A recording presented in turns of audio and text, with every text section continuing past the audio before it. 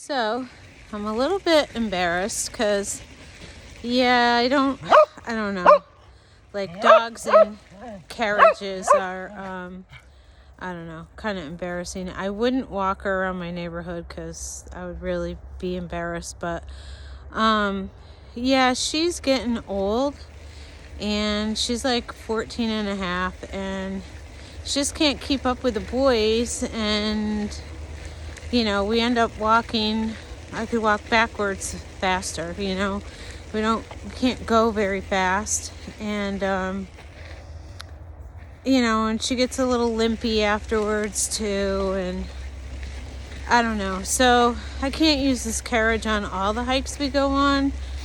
But at least some of these ones that have like a semi-paved trail, she doesn't have to stay at home and she can still come with us.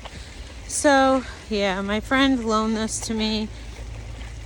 She had it for her dog when her dog couldn't walk. So yeah, anyway, carrying on.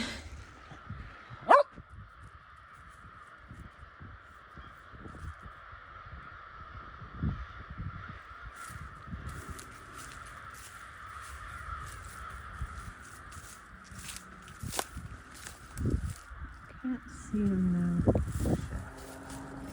Not gonna work.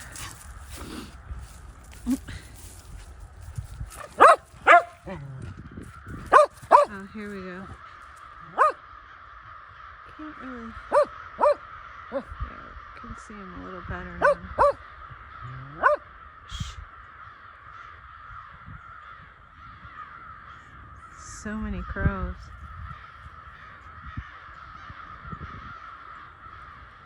And like a whole bunch of them, just like they were cawing, and then a whole bunch came flying this way.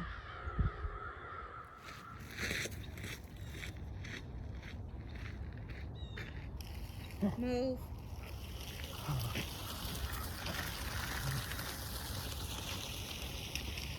See that?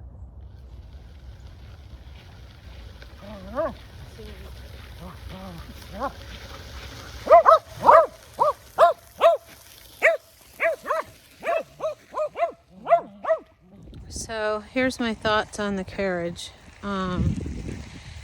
Well, for one thing, it's not self-propelled, so you're pushing the dog. And believe it or not, you know, a 17-pound dog, after you push them for like a couple of miles, you feel it. So yeah, I'm getting a workout, but the little princess, little Queen Bee here, she's not getting a workout. So I don't know, you know, I mean, I guess I'm just gonna have to not take her when we go on walks that she needs to keep up, and just take her on walks by herself, or maybe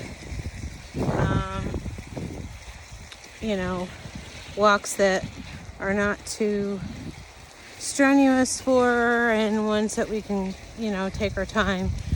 So that's my review of having a dog stroller. I suppose if she couldn't walk at all, then I guess it would be a solution. But she can walk. She just can't walk very fast and not very far. You know what I mean?